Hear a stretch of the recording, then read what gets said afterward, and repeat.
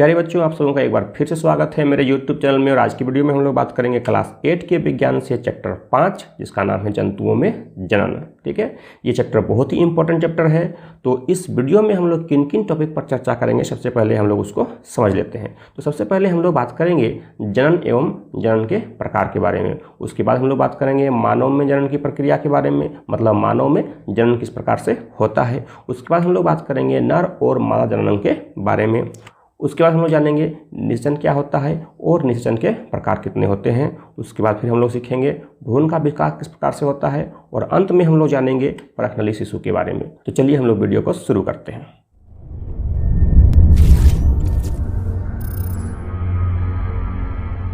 प्यारे बच्चों, आप सभी जानते होंगे इस पृथ्वी पर जितनी भी चीज़ें हैं उनको हम मुख्य रूप से दो भागों में बांट सकते हैं। एक को हम लोग कहते हैं निर्जीव जगत, एक को हम लोग कहते हैं सजीव जगत। निर्जीव मतलब जिसमें प्राण नहीं होती है, और सजीव जिसमें प्राण होती है। तो सजीवों के कुछ अभिलक्षण होते हैं जिसके आधार पर हम बोलते हैं ये सजीव हैं। तो सजीवों के कौन कौन से अभिलक्षण है, तो देखिए मुख्य रूप से सजीव के जो अभिलक्षण है वो क्या है, पोषण, वृद्धि, श्वसन, पाचन, प्रजनन, प्रचलन इत्यादि जो है वो सजीवों के मुख्य अभिलक्षण है।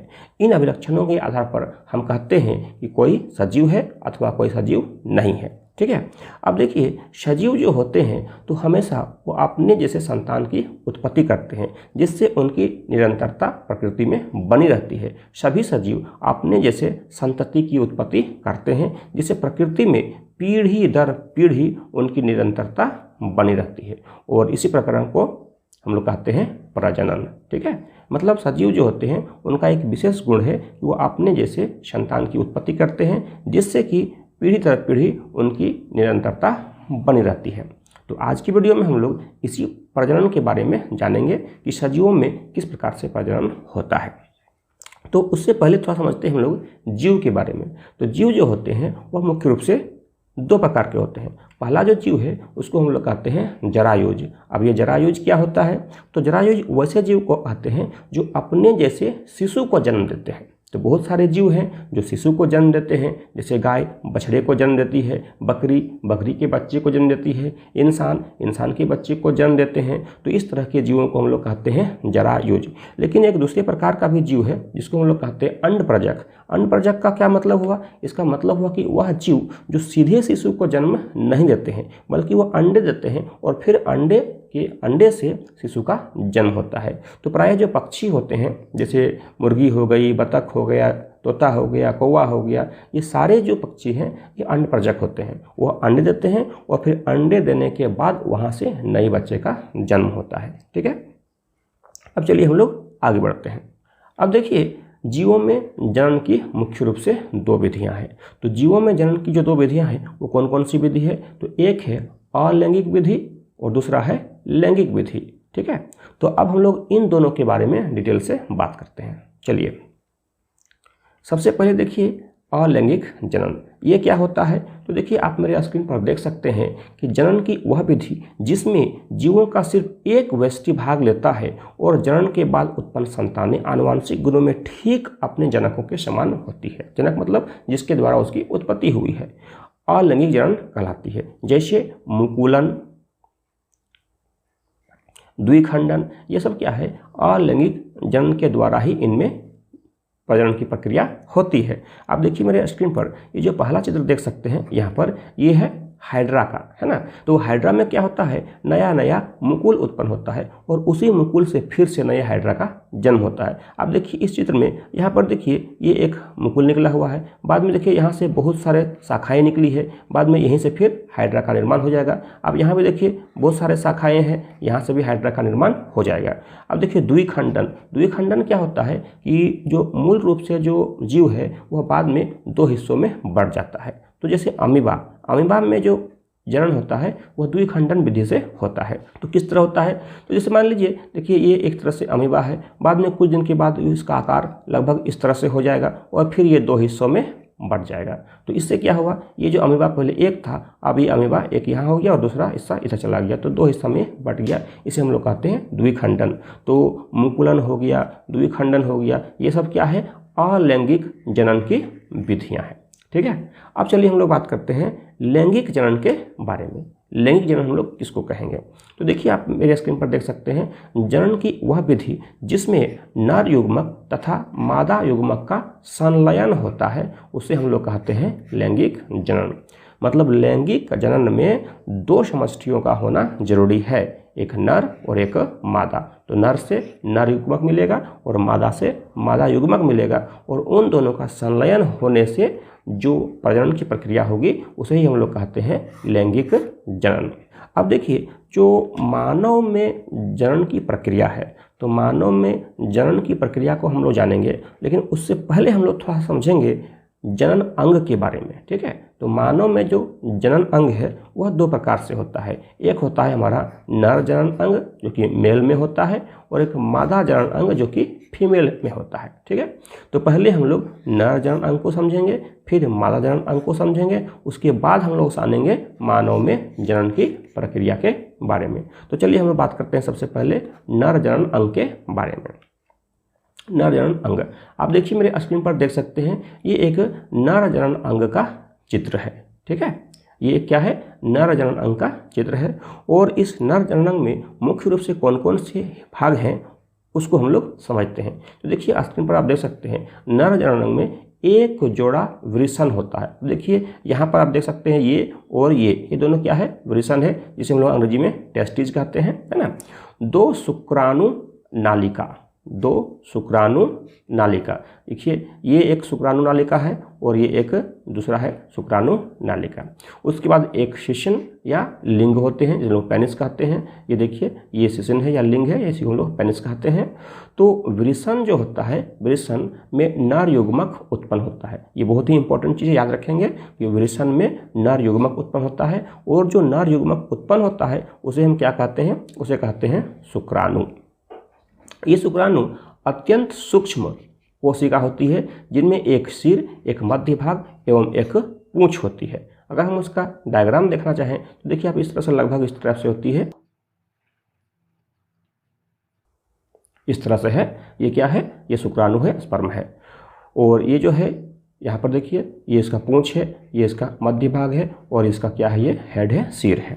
तो वृषण जो है यानी कि टेस्टिस जो है एक साथ लाखों शुक्राणु उत्पन्न करते हैं। लाखों शुक्राणु वो उत्पन्न करते हैं। हर शुक्राणु में कोशिका के सामान्य संघटक पाए जाते हैं। अब बोलेंगे सामान्य संघटक क्या है? तो मुख्य रूप से जो कोशिका का सामान्य संघटक है वह कोशिका झिल्ली, कोशिका द्रव्य और केंद्रक है। तो ये तीन चीज सभी शुक्राणुओं में पाए जाते हैं। तो यही है नर जनन अंग, है ना।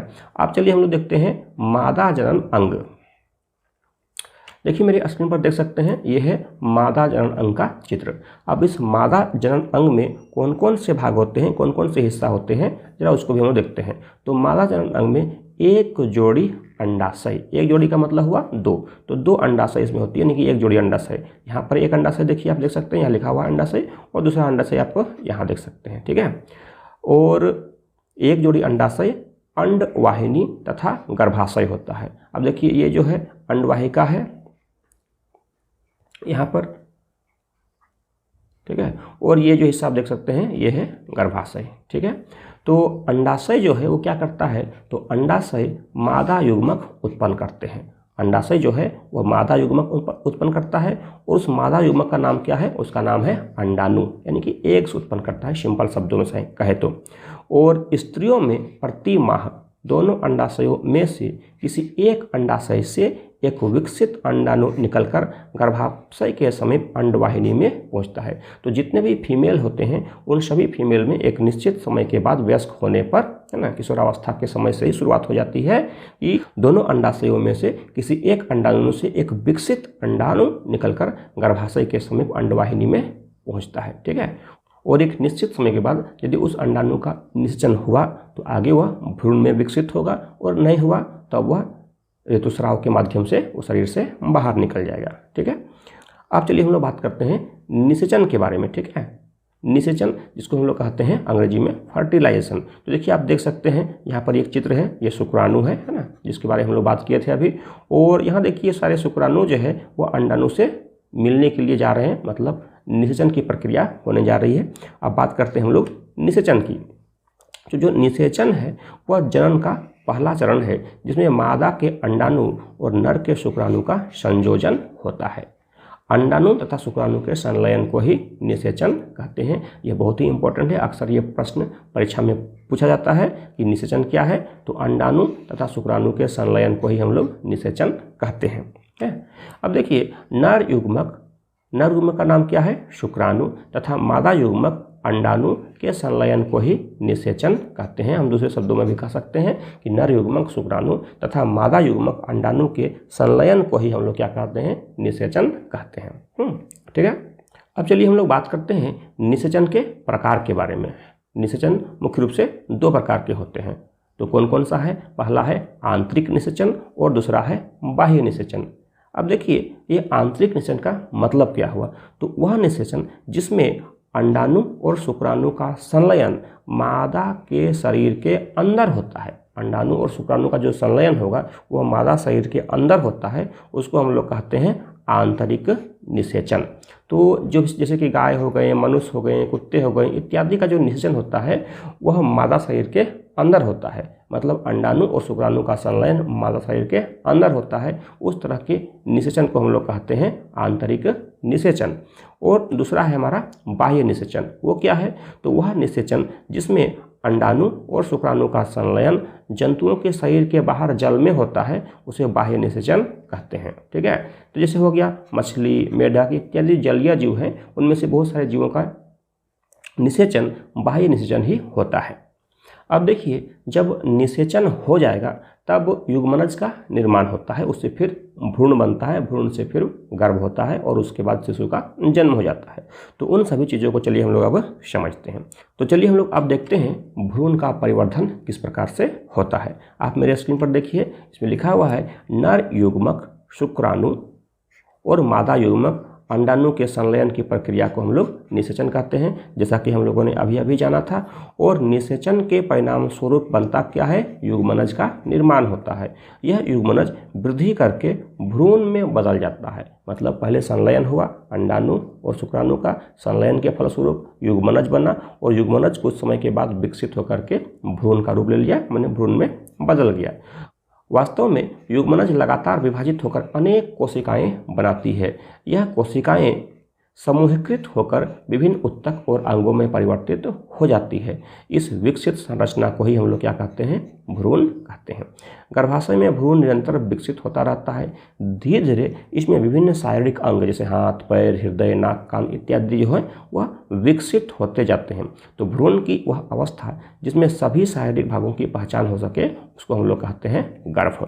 और इस प्रकार जब एक गर्भ का विकास पूर्ण हो जाता है तो एक निश्चित समय के बाद नवजात शिशु का जन्म होता है। ठीक है। तो अब चलिए भ्रूण का जो परिवर्धन है उसको हम लोग एक आरेख के माध्यम से समझने का प्रयास करते हैं। तो देखिए, सबसे पहले नर युग्मक शुक्राणु और उसके साथ मादा युग्मक अंडाणु, इन दोनों का क्या होगा, संलयन होगा। तो संलयन की प्रक्रिया को ही हम लोग क्या कहते हैं, निषेचन कहते हैं। तो नर युग्मक शुक्राणु और मादा युग्मक अंडाणु के संलयन की प्रक्रिया को हम लोग कहते हैं निषेचन। ठीक है। अब जब निषेचन होगा तब निर्माण किसका होगा, युग्मनज का, मतलब नर युग्मक और मादा युग्मक जब मिल गए तब क्या बन गया, युग्मनज का निर्माण हो गया। यह युग्मनज विकसित होगा और विकसित होने के बाद यह भ्रूण में परिवर्तित तो हो जाएगा, मतलब ये भ्रूण में बदल जाएगा। वास्तव में युग्मनज का जो है लगातार विकास होता है, अनेक कोशिकाओं में वह विकसित होता है और भ्रूण का निर्माण करता है। और भ्रूण क्या है, तो भ्रूण के बाद धीरे धीरे उसमें विभिन्न शारीरिक अंग, हाथ, पैर, मुंह, नाक, कान जो भी है वो सारा कुछ धीरे धीरे विकसित होगा। तो उसके बाद जब विकसित हो जाएगा तो वह अवस्था जब सभी शारीरिक अंगों की पहचान हो सके उसको हम लोग कहते हैं गर्भ। ठीक है। और गर्भ जब बन जाएगा, गर्भ का जब निर्माण हो जाएगा तो एक निश्चित समय के बाद इस गर्भ से एक नवजात शिशु का जन्म होगा। और ये नवजात शिशु का जो जन्म होगा तो विभिन्न जीवों में यह इसका समय अलग अलग लग सकता है। गाय का अलग है, बकरी का अलग है, कुत्ते का अलग है, मनुष्य का अलग है, हाथी का अलग है ना।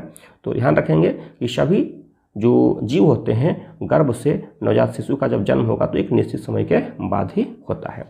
तो इस तरह से हम लोगों ने समझा कि भ्रूण का परिवर्धन किस प्रकार से होता है और भ्रूण से फिर शिशु का जन्म किस तरह से होता है। आप देखिए इस चित्र में देख सकते हैं, यहाँ पर एक विकसित गर्भ का चित्र है। अब इसमें शिशु का जन्म होने की स्थिति में है। और यहाँ देखिए इस चित्र में देख सकते हैं, यहाँ पर शुक्राणु और अंडाणु का संलयन होने जा रहा है। चलिए हम लोग अब बात करते हैं इस चैप्टर के सबसे अंतिम बिंदु पर, वह है परखनली शिशु, टेस्ट ट्यूब बेबी।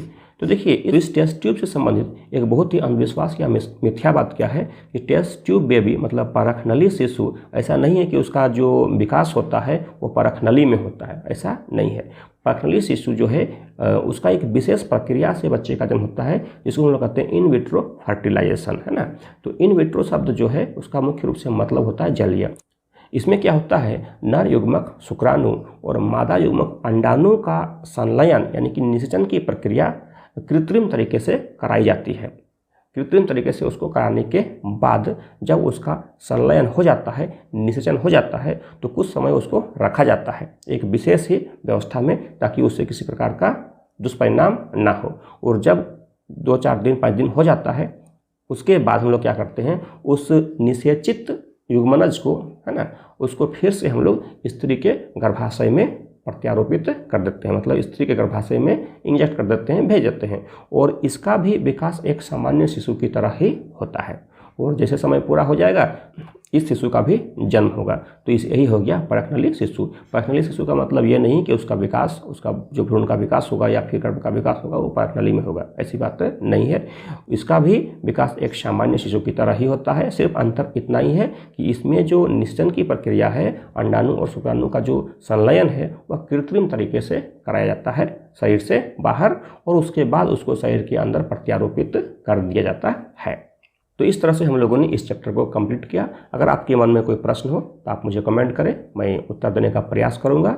और इसी प्रकार की वीडियो के लिए मेरे चैनल को सब्सक्राइब करें। थैंक यू, फिर मिलते हैं अगले वीडियो में।